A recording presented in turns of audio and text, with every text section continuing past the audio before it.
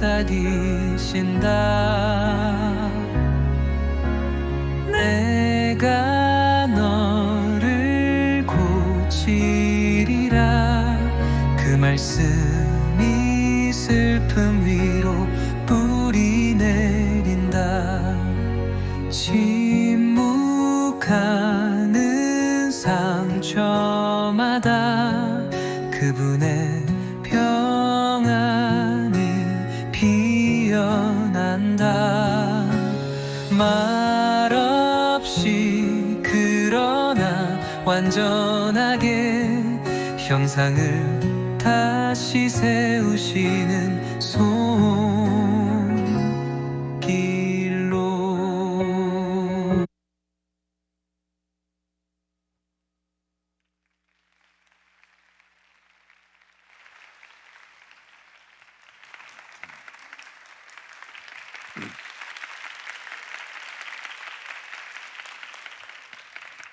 네, 반갑습니다. 전혀 긴장이 안 됩니다, 저는. 방금 저희 교회 형제들 사역 영상을 보셨는데 괜찮으셨나요? 곡이 어땠어요? 곡 제가 만든 거예요. 예. AI가 만들었지 사실은. 예. 오늘은 투르키예라고 하는 그 나라와 또 공동체와 또 그곳 사람들에 대해서 흠뻑 빠질 15분의 시간이 있습니다.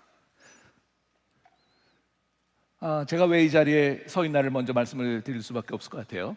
첫 번째는 제가 바로 제1회 선교한국 참가자입니다.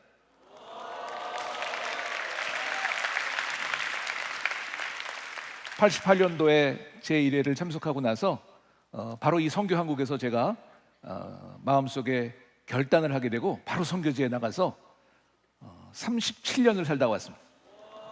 37년. 예.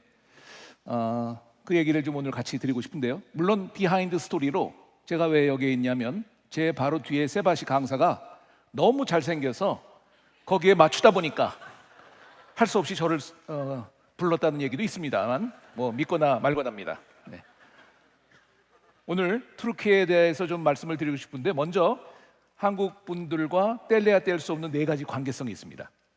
여러분들이 이 4가지를 듣고 나서 깜짝 놀라가지고 저는 걱정이 돼요. 지금부터 전부 터키 선교사로 나갈까 봐. 뭔가 하나씩 볼까요? 네. 먼저 터키어와 한국어는 우랄 알타이어로 언어가 똑같습니다. 이 얘기는 뭐냐면 투르키의 선교는 한국인에게 최적화되었다 이렇게 생각합니다. 그만큼 언어라는 게 중요한데 한국인들은 거기 가서 단번에 언어를 배우고 바로 사역에 투입이 돼서 전도할 수 있다는 이점이 있다는 것이죠. 두 번째는 언어가 같다 보니까 이분들의 생활과 생각과 습관과 관습이 너무 똑같습니다. 예를 들어 볼까요? 계산대에서 음식을 먹고 나서 둘이 먼저 내겠다고 멱살을 잡는 장면은 늘 흔한 장면입니다. 이놈아 왜 네가 내, 내가 내겠다고 하는 그 장면들이 그렇게 삶는 사람들은 아주 정겹게 느껴집니다.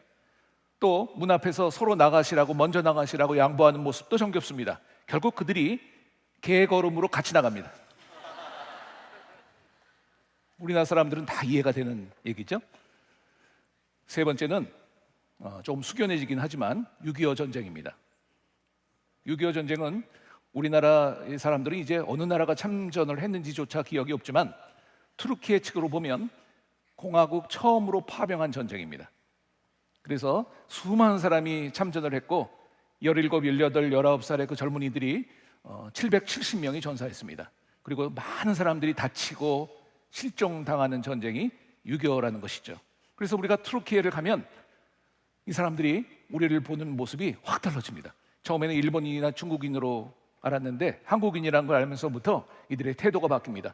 껴안습니다. 우는 사람도 있어요. 손을 잡고 놓질 않아요. 어떤 새파랗게 젊은 사람이 저를 덥석 잡더니 손으로 안 놔요.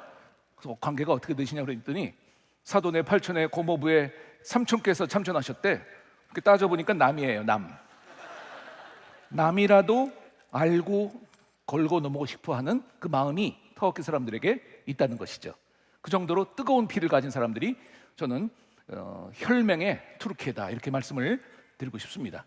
제가 한 번은 이스탄불에 있을 때 길을 잃어버려가지고 택시를 탄 적이 있는데 공교롭게도 이 운전기사 아저씨가 참전 용사인 거라 제가 한국이란 걸 알면서부터 얼마나 반가웠는지 이분이 거의 반을 뒤를 돌아보시면서 앞을 안 보고 무용담을 얘기하질 않나, 그 외웠던 아리랑을 다 부르질 않나. 너무너무 저도 감동을 했지만 한편으로는 앞 좀 보고 하시라고 이거 오자마자 순교 아니냐 이거예요. 그랬더니 이 기사께서 갑자기 화를 내시는 거예요. 이놈아, 난 운전 경력 30년인데 뒤로 가는 게 더 편해요. 그 정도로 뜨거운 사람이에요. 그래서 짧지도 않은 거리를 다 와가지고 이제 있는 돈 없는 돈을 다 내려고 했더니 갑자기 또 역정을 내시는 거예요. 아니, 건방지게 형제의 나라에서 왔는데 어디 돈을 꺼내 집어넣어. 얼마나 제가 감사했겠어요. 그래서 문을 닫고 그 택시를 보내면서 하나님 앞에 기도할 수밖에 없었습니다. 하나님, 이제부터 타는 모든 택시는 참전용사가 운전하는 택시만 보내주시옵소서. 제가 현지 생활을 20년을 했는데 20년 동안 한 번도 그런 택시를 만난 적은 없습니다. 예. 마지막으로 우리 기독교인들의 관계가 있는 바로 땅이라는 거죠. 여러분, 에덴 동산은 어디라고 생각하십니까? 노아의 방주가 어디라고 생각하십니까? 안디옥, 수리아 안디옥이라고 하는 땅이 어디라고 생각하십니까? 다 터키입니다, 현재. 그리고 소아시아 예수님의 제자들이 돌아다니면서 복음을 편만하게 전하고 순교하고 또 교회가 세워졌던 그 땅이 바로 오늘날 투르키의 땅이라는 것입니다. 그러나 99%의 무슬림들만이 지금 살아가는 안타까운, 그래서 우리가 선교사들이 나가고 있고 또 회복해야 될 땅이기도 합니다. 저는 왜 선교사가 되었을까요? 그 젊은 나이에 88년도에 선교연구를 끝나고 바로 선교사로 제가 헌신하고 나갔는데 두 가지 이유가 있습니다. 첫 번째는 제가 군대 생활을 2년을 마치고 군대를 가게 됐는데 제가 근무한 곳이 대전의 한 부대였어요. 근데 이 부대가 어떤 부대냐면 대전 국립현충원에서 매번 기독교, 천주교 또 불교 합동 안장식을 하는데 기독교 측에 우리 군목이 가시면서 제가 제대할 때까지 30개월 동안 한 달에 2번씩 장례식을, 안장식을 참석을 했습니다. 22살의 나이에 제대할 때까지 수많은 죽음을 보았습니다.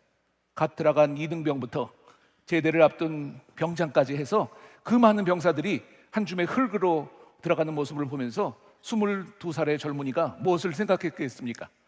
죽이시는 이도 하나님이시고 살리시는 이도 하나님이시라는 그런 생각을 가지고 제가 제대를 할 수가 있었습니다. 두 번째는 바로 제가 선교한국을 참전해서 마음속에 고민이 많았어요. 어떻게 선교해야 되지? 어디로 나가야 되지? 그러면 어떻게 해야 되지? 이런 그 고민, 또 재정도 제대로 안 돼 있죠. 파송교회도 없죠. 여러 가지 고민이 많을 때 이 선교한국에 제가 88년도에 참석을 해가지고 이 선교한국에서 모든 것이 다 해결이 되었는데, 제가 특별히 감동을 받은 것은 이 당시에 강사의 한 예화였어요. 허드슨 테일러 얘기입니다. 중국 선교사로 헌신했던 허드슨 테일러가 사역을 하던 도중에 비가 많이 와서 강이 범람을 했는데 허드슨 테일러가 강에 떠내려가는 어린애를 본 거예요. 그래서 빨리 살려야겠다고 생각을 해서 어떡할까 고민을 했는데 뱃사공이 배를 만지고 있는 거예요. 막 달려가서 뱃사공, 지금 어린애가 빠져 죽어가고 있으니까 빨리 구하자고. 그랬더니 뱃사공이 어디냐고, 빨리 가자고. 그렇게 할 줄 알았더니 아주 태연스럽게 얼마 주겠어? 아니, 어린애가 죽었는데 얼마를 달라니? 아니, 난 얼마 주기 전까지는 절대로 배를 띄우지 않겠어. 결국 옥신각신하다가 그 사람들의 눈에 어린애는 없어져 버리고 말았습니다. 아주 이 짧은 얘기인데 강사는 그때 저희들에게 무슨 얘기를 했냐면, 당신은 이 세상에 잃어버린 영혼들, 죽어가는 수많은 영혼들이 있는데 당신은 하나님의 거룩한 성교 앞에서 재정이 안 됐다고, 후원교회가 없다고, 신학을 안 했다고, 혹은 이런 핑계 저런 핑계로 하나님과 흥정하고 있지 않냐고. 저는 그 얘기가 바로 저한테 하는 얘기였어요. 저는 거기서 바로 그 예화를 듣고 하나님 앞에 결단하고 끝나자마자 바로 다음 달에 선교지로 나갔습니다. 저는 투르키에 대해서 거의 반 미친 사람이에요. 대학교의 전공도 투르키어입니다. 그리고 지금까지 투르키어를 더 많이 사용하면서 살아가고 있습니다. 제가 지금도 우리나라 말을 하고 있지만 제대로 이해는 하시죠? 네. 80년도에 제가 들어갔으니까 45년을 투르키예와 관계를 가지면서 지금까지 살아오고 있고, 한국말보다도 오히려 투르키예를 더 많이 쓰면서 살아가고 있고, 만나는 사람도 다 투르키예 사람이고, 지금도 20년 현지 생활을 마치고 돌아와서 15년 동안 투르키예 사람들만 모아서 의정부에서 선교 목회를 하고 있습니다. 그래서 저는 삶이 그냥 투르키예인 것 같아요. 거짓말 조금 못하면 꿈도 투르키예어로 꾼다, 이렇게 말씀드리고 싶은데 그 얘기를 좀 드리고 싶습니다. 이 사람들은 이렇게 혈맹이라는 관계 속에서 기대를 하고 우리나라에 많이 들어옵니다. 돈을 벌고 들어온 사람들이 많겠죠. 그런데 우리들의 이 냉대, 또 혈맹은커녕 오히려 차별 대우하고 비인격적인 대우를 하는 바람에 얼마나 상처를 많이 받는지 몰라요. 그것들을 아는 저희들이 얼마나 따뜻하게 이들의 손과 발이 되어주는지 몰라요. 통역을 해주죠. 임금을 받아주죠. 아프면 병원에 데려가죠. 그리고 인권적으로 혹시라도 불리한 것이 있으면 저희들이 맞서서 싸워주기도 하죠.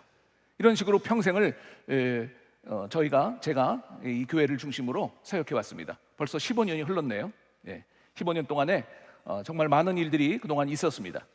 그런 얘기들을 좀 드리기 전에, 저는 투르키에서 20년을 살면서 현지가 얼마나 중요한지, 왜 국내에 계시냐고 전부 나오시라고 그렇게 막 콜했던 사람인데, 한국에 들어와서 보니까 250만의 이주민이 들어가 있는 거예요, 현재. 그리고 창의적 접근 지역에서 온 사람들이 너무 많고 미전도 종족이 다 들어와 있는 거예요.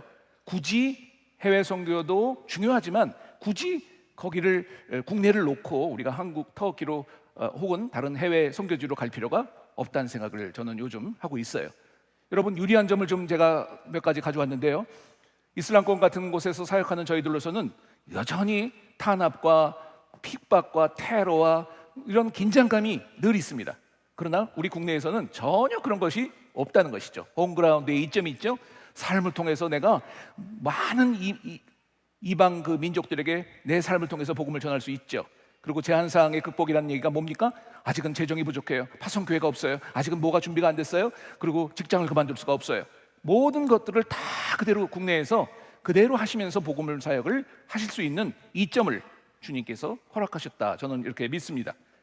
그리고 모든 교회가 선교에 동참할 수 있는 또 이점이 있죠. 그리고 교회를 중심으로 적극적으로 선교할 수 있는 이점이 있다는 것이죠. 자문화권에서도 타문화권 사역의 기회를 허락하신 하나님이란 것입니다. 저는 특별히 15년 동안 이 터키 사람들만을 모셔가지고 의정부에서 이 선교 목회를 하면서 현지에 있을 때는 열심히 사실은 제가 살았어요. CCC 출신이라면 뭐 짐작은 하시겠죠. 열심히 했는데 고작 죄송합니다만 한 10명밖에 양육을 못했던 것 같아요. 여러 가지 긴장된 상황도 있고 하니까. 근데 제가 이 15년 동안의 목회를 하면서 164명에게 세례를 줬어요. 숫자가 중요한 건 아니죠. 그러나 하나님께서 이 사역을 원하시고 계시고 지금도 인도하고 계신다는 생각들을 한 번도 해본 적이 없습니다. 아닌가요? 한 번도 해서 웃기려고 그런 거죠. 여러분들은 다 그걸 이해하시는 거죠. 자, 투르키예 공동체에서 제가 여러 가지 사역을 15년 동안 했고 또 터키에서도 20년을 했기 때문에 이 35년 동안의 사역 가운데 저는 딱 두 가지로 이렇게 사역했다를 얘기하고 마칠까 합니다. 물론 10가지 정도가 있어요. 그러나 제가 최엽 선교사가 다음 해에도 또 불러주라고 8가지는 제가 숨기고 오늘 2가지만 얘기하고 물러가도록 하겠습니다. 첫 번째로 M형제 이야기라고 제가 가명을 쓰고 있는데요. 이스탄불에 있을 때입니다. 정말 예수님을 믿고 삭개오처럼 헷가닥한 형제가 있었습니다. 그래가지고 복음을 전하고 주변 사람들에게 사랑을 전하는 가운데 아니나 다를까 직장에서 쫓겨나버리고 말았어요. 그래서 저희들은 고기를 줍는 것이 아니라 고기를 잡는 법을 줘야겠다라는 생각을 해서 구멍가게를 마련해주고 월급을 1년 동안 줘왔습니다. 근데 1년 뒤에 어머니가 갑자기 격앙된 목소리로 전화를 해가지고 이런 얘기를 하시는 거예요. 당신네 회사는 도대체 뭐길래 우리 아들을 데려다가 인생을 망쳐놓고 어떻게 1년 동안 월급을 한 푼도 안 주고 부려먹을 수가 있냐고. 하도 이상해가지고 이 M형제를 불러가지고 좀 자초지종을 들으려고 얘기를 나눴습니다. 그제서야 이 M형제가 무슨 얘기를 하냐면 자기 동네에 80이 넘으신 아주 신실한 무슬림 할아버지가 살고 계신데 너무 가난해서 약도 못 사드시고 병원도 못 가시는 것이 너무 안타까워서 이 M형제가 자기의 모든 월급을 용돈만 빼고 1년 동안을 들여왔다는 거예요. 잘했다고 그래야죠. 뭐 어떡하겠어요. 그래서 그걸로 끝난 줄 알았더니 그것이 아니었습니다. 얼마 안 돼서 이 할아버지가 부축을 받으면서 저희 교회를 찾아오셨어요. 그러면서 하는 얘기가 평생 잊을 수가 없습니다. 자신은 평생 한 번의 기도도 걸은 일이 없고 한 번의 라마단 금식을 거린 일도 없는 정말 알라가 시키는 대로 전부 한 신실한 무슬림이지만 오늘 저 M이 보여준 것이 당신네들의 사랑이라면 내가 오늘 예수를 믿고 싶습니다. 이 할아버지가 오늘 그 자리에서 오신 그 자리에서 주님을 영접했어요. 더 놀라운 일은 일주일 뒤에 일어났어요. 가부장적 제도가 아주 강한 투르키에서 이 할아버지가 예수님을 믿고 전 가족을 다 불렀대요. 그리고 나서 전 가족이 있는 가운데 내가 오늘 저 교회 가서 예수를 믿었으니 다음 주에도 나를 따라 전부 예수를 믿도록 한다, 이렇게 공포를 했대요. 뭐 속으로 어떻게 생각할지 몰라도 다들 알았습니다. 어르신, 아버님, 할아버지 하면서 그 다음 주에 우리 형제들의 수보다도 훨씬 많은 저 할아버지의 가족들이 우리 교회를 온 거예요. 그리고 단체로 그 전에 할아버지가 영접한 거와 동일하게 그 자리에 전부 무릎을 꿇고 주님을 영접했어요. 주 예수를 믿으라, 그리하면 너와 내 가정이 구원을 이루리라 라는 그 말씀이 실현되는 것 같았어요. 너무나 놀라운 일이었죠. 저는 여러분에게 오늘 질문을 하나 하고 싶습니다. 이 M이 이슬람권에서 보여준 이 M의 행동이 이슬람의 전략 가운데 정말 전무후무한 대단한 전략이었나요? 아니죠. 오직 자기가 가진 소유를 불쌍한 할아버지를 위해서 드린 것 외에는 아무것도 한 게 없습니다. 그런데 한 가정이 예수님을 믿게 된 거예요. 저는 그동안 이슬람권 선교사로 죄송한 얘기지만 이슬람권은 정말 어렵습니다. 난공불락입니다. 문이 닫혔습니다. 벽이 두껍습니다. 그러니 더 많이 기도해 주셔야 됩니다. 더 많이 후원해 주셔야 됩니다. 이런 식으로 했던 것 같아요. 근데 제가 오늘 이 간증을 통해서 저는 회개하지 않을 수가 없었어요. 이슬람의 벽이 두꺼운 적은 한 번도 없었고 난공불락인 적도 없었고 벽이 두꺼운 적도, 문이 닫힌 적도 한 번도 없었어요. 오히려 벽이 두껍고 문이 닫히고 난공불락은 그들을 향해서 그리스도의 사랑으로 내가 접근하기를 거부했던 내 마음이라는 걸 알게 됐어요. 그리스도의 사랑으로 내가 다가가기를 거부했던 바로 내가 잘못이었다는 것을 깨닫게 됐어요.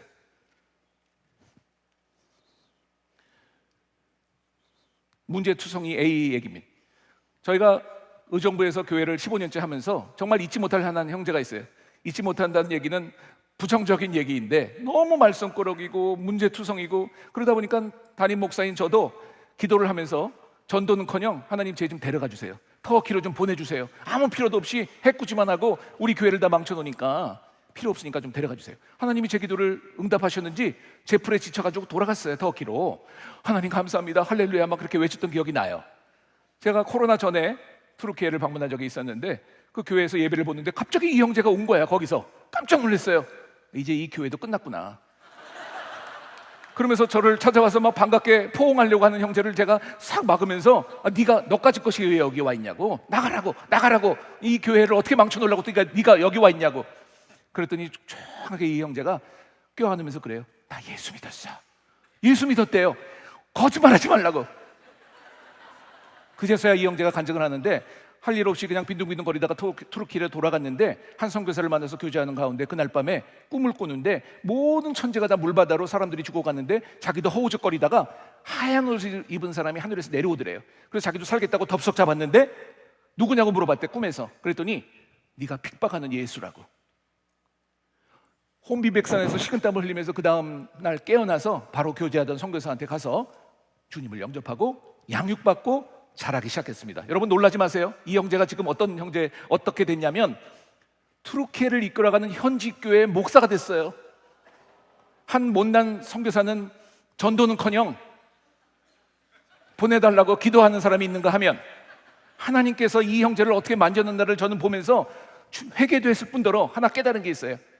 내가 하려는 모든 계획들이 성령 하나님 안에서 그것이 이루어질 수밖에 없구나, 이런 생각을 하면서 결국 우리 이 무슬림이 지금 20억이라고 여러분 들어보셨어요? 그리고 이 세상에 믿지 않는 사람들이 이렇게 많은데 하나님 내가 언제 저 사람들에게 복음을 다 전합니까? 라는 그 고민이 있었는데 오늘 이 얘기를 통해서 저는 깨달은 게 있어요. 우리는 순종할 뿐이고 복음을 전할 뿐이고 그 결과는 하나님께서 만지시고 인도하시고 역사하실 거고 하나님의 때에 그를 불러오실 거라는 그런 확신을 갖게 됐어요. 그러니 우리가 염려할 거 아니고 우리의 그 염려가 필요 없다는 생각을 하게 되었다는 것이죠. 저는 오늘 이야기를 마칠까 합니다. 오늘 제 15분간의 이 강의는 이 네 가지로 추격할 수 있습니다. 우리 인생은 결국 하나님의 것입니다. 그렇죠? 아멘. 그리고 선교는 오늘 허드슨 테일러의 뱃사공의 이야기처럼 흥정 대상이 아닙니다. 그리고 그리스도의 사랑 앞에서 결국 안 돌아올 영혼은 없다는 것입니다. 아멘. 그리고 마지막으로 선교의 주인은 바로 성령 하나님이시로서 우리는 순종하고 복음을 전할 뿐, 성령 하나님께서 이 모든 세상의 선교를 이끌어 가신 그런 확신을 갖게 되었습니다. 여러분들이 오늘 이 세바시 강의를 통해서 여러분들이 결단하실 일이 있습니다. 혹시라도 망설이고 아직도 뭘 해야 될지 모르는 사람들 계시다면 오늘 이 시간에 세바 선교왕국이 끝나기 전까지 하나님 결단하게 하시고 내가 그 지역을 향해서 나가게 하여 주시옵소서. 그것이 국내든 국외든 상관이 없습니다. 하나님께서 우리 모두를 통해서 역사하실 것을 믿습니다. 감사합니다.